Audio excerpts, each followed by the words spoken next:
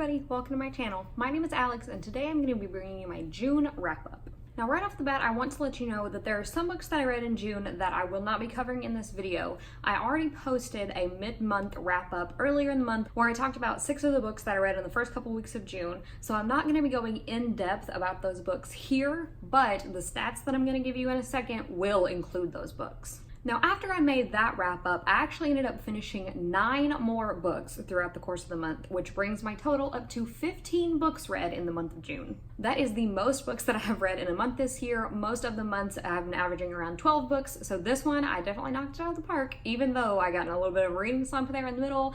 I failed at the readathons I said I was going to participate in, but you know what? That's okay. 15 books. I'm okay with that. So before I jump into the reviews, I'm going to run through just a few reading stats that I had for the month. So as far as the format that I consumed these books in, I had 4 physical books, 2 ebooks, 6 audiobooks, and 3 books that I consumed in more than one of those formats. As far as genres for the month, I read 8 contemporaries, 2 fantasies, 1 science fiction, 1 classic, 2 mystery thrillers, and 1 dystopian. As far as the age range for the intended audience, I read 1 middle grade, 9 young adult, 1 new adult, and 5 adult. As far as author gender, I read 9 female authors, 5 male authors, and 1 novel that was written by male and female authors. And for ratings, I had 5 5-star books this month, 1 4.5 star, 6 4 stars, 1 3.5 stars, and 2 2.5 stars. So like I said, 6 of the books that I read this month I have already talked about in another wrap-up, but we are going to be starting with the books that I read around the 12th of the month and moving on from there. So without further ado, let's get started. The first book I'll be discussing today is History Is All You Left Me by Adam Silvera. This book follows our main character Griffin, who at the beginning of the novel receives the news that his ex-boyfriend Theo has passed away in a drowning accident. Theo returns to his hometown to attend Griffin's funeral and start the grieving process, and he winds up running into Theo's current boyfriend Jackson. The 2 boys are obviously kind of hesitant to start talking to one another, but they do wind up bonding over their grief, and they form a really beautiful friendship. Now, Adam Silvera is known for his hard-hitting LGBT contemporaries. I have read another book from him in the past, They Both Die at the End, and I really enjoyed that one, and I'm happy to say that I enjoyed this one as well. I felt like this was a really impactful novel. Adam Silvera does a great job of developing these characters. We get a couple of flashback scenes so we can see how Griffin and Theo's relationship developed, as well as seeing Griffin in the present day trying to deal with his loss. I thought that the emotions of these characters were really genuine. Everybody deals with grief in their own way, but I really appreciated how Adam Silvera handled that topic and how he personalized it to everyone else in the novel. There is also representation in this novel for OCD and delusional disorder. Those are things that I can't speak to, and I'm not sure if their own voices or not. I don't believe that they are, but I'm not sure. So dive a little deeper into that and maybe find some own voices reviews if that is something that you're particularly interested in, but I did appreciate the way that it was handled. It felt to me like it was a genuine and thorough representation of those disorders. So overall, this wasn't my favorite Adam Silvera that I've ever read, but I definitely enjoyed it and definitely would recommend if you're interested in the topic or in Adam Silvera's work in general.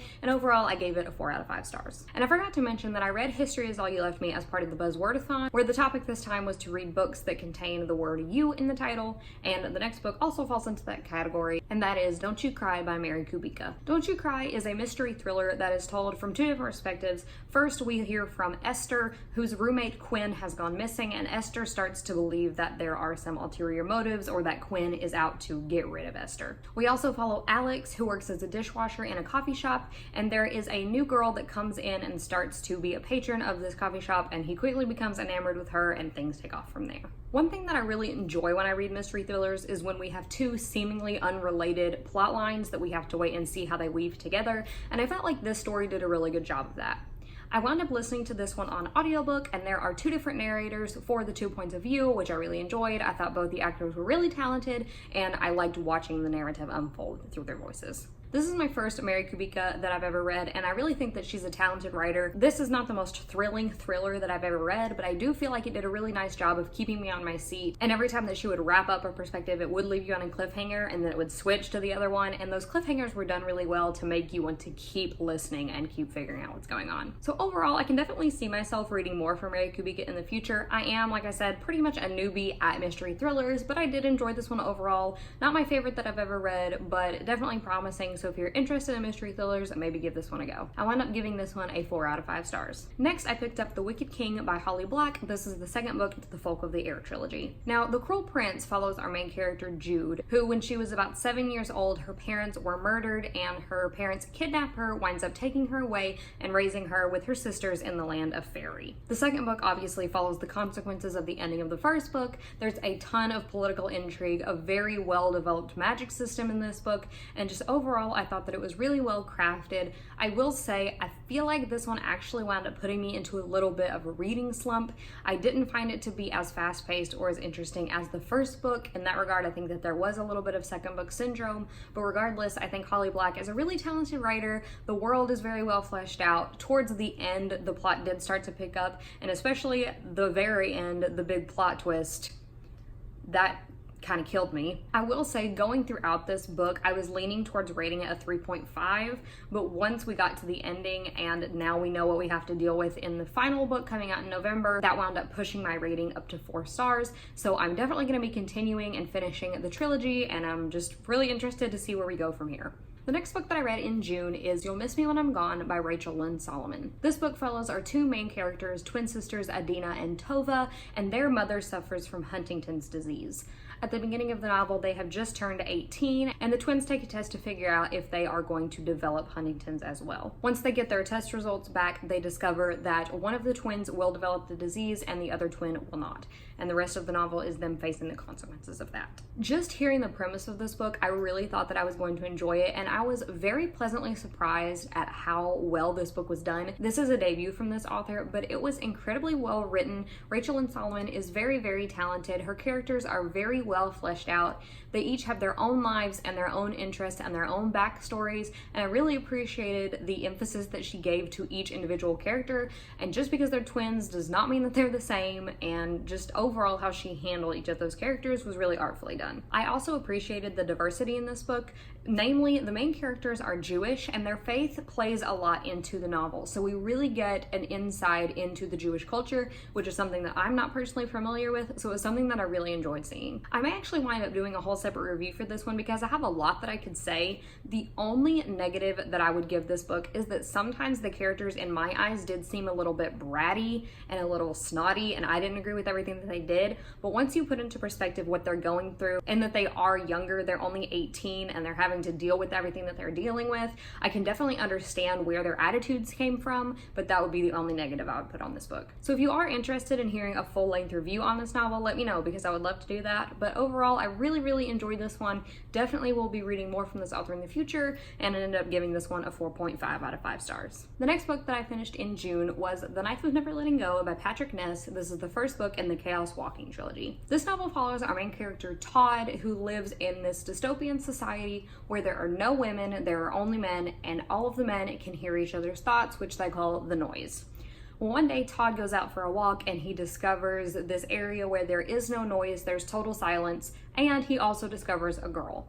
And things kind of unfold from there and you get taken on this crazy ride. I went into this novel really hoping to enjoy it, but it was honestly a pretty big disappointment for me. I thought that the premise of this novel was really interesting, but 80% of this novel was just them traveling and running from people. There were some pretty well done plot twists in this novel, but this is a thick book. This is almost 500 pages long, but by the end of it, I found myself skimming and only reading the dialogue, really just trying to get through it because this one was putting me into a slump. I honestly can't say that I enjoyed my time while reading this, but at the point where I would have considered DNFing it, I was already a very significant amount of the way through, probably more than halfway through, and decided to just go ahead and see it out. I will say that the ending of this novel did make me interested to see what will happen in the next 2 books, but if I do continue it, it will not be anytime soon. This is definitely not something that I'm interested in right now. I think that when this novel was published back in 2008, that it probably was a good example of the dystopian genre, but since then we have had a lot more development in that field, I feel like, and this one, in my opinion, it does not stand up to the test of time. So overall, if you're interested in dystopian and you really like the genre, then maybe give this one a try, but I can't say that I recommend it to everyone. It is definitely for a very specific crowd, and at this this point in my reading, it just wasn't for me. So I wound up giving this one a 2.5 out of 5 stars. The next book that I read this month was The Unhoneymooners by Christina Lauren. This book follows our main character, Olive, who at the beginning of the novel, her twin sister Amy is getting married. And Olive has always hated Ethan, who is the best man at the wedding and her new brother-in-law's brother. Well, at the wedding, everyone besides Olive and Ethan wind up getting terrible food poisoning, and Amy, the bride, winds up telling Olive and Ethan to go on their non-refundable honeymoon to Maui together. So the two of them, who absolutely despise each other, wind up going to Maui and having to pretend to be married to take advantage of this free vacation. Now, this is a romance, so obviously you can kind of see where it goes from here, but I thought this book was so well done. This is another one that I'd definitely be interested in doing a full review on, so if you're interested in that, let me know. But I thought that the writing style of this was hilarious. Christina Lauren are a very, very talented author duo, and I listened to this one on audiobook and I really liked the narrator as well. This, to me, is the quintessential rom-com summer romance, the perfect book to take and read on the beach.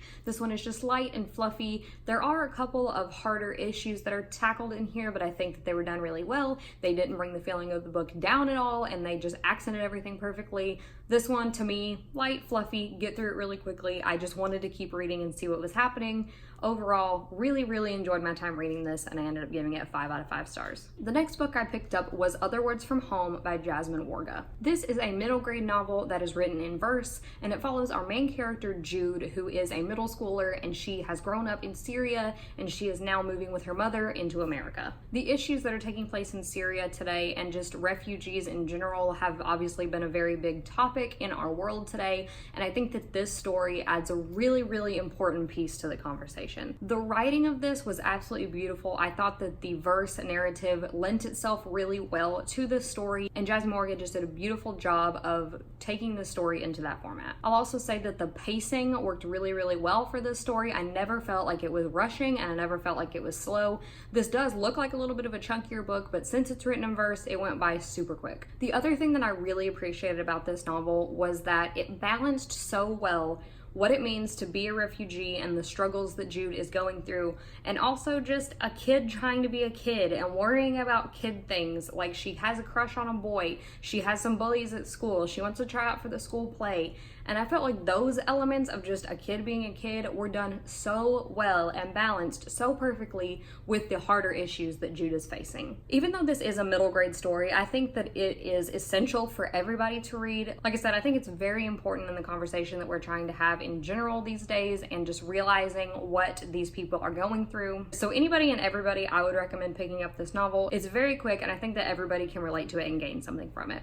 So obviously I gave this one a 5 out of 5 stars. The next book that I finished in June was Again But Better by Christine Riccio. This book follows our main character Shane, who thinks that she has been doing college all wrong and she doesn't know where she's going, she doesn't have any friends, she doesn't have a boyfriend, she's never been kissed. So she decides to go on the study abroad trip to England to try to do college over again and fix everything. I went into this book cautiously optimistic, because the premise was very interesting to me, and I have been watching Christine on BookTube for a long time and have really enjoyed her content.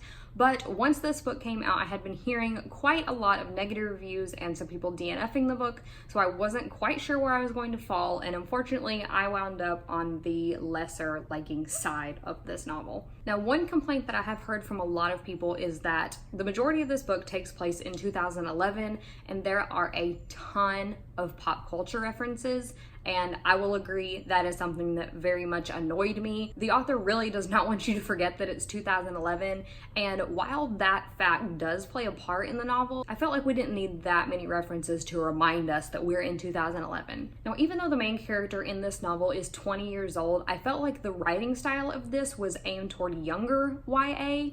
I don't feel like I believed that this character was 20 years old. I felt like she was very annoying and I could not follow her thought processes. A lot of the narrative, I just found myself rolling my eyes at the things that she said and the things that she did.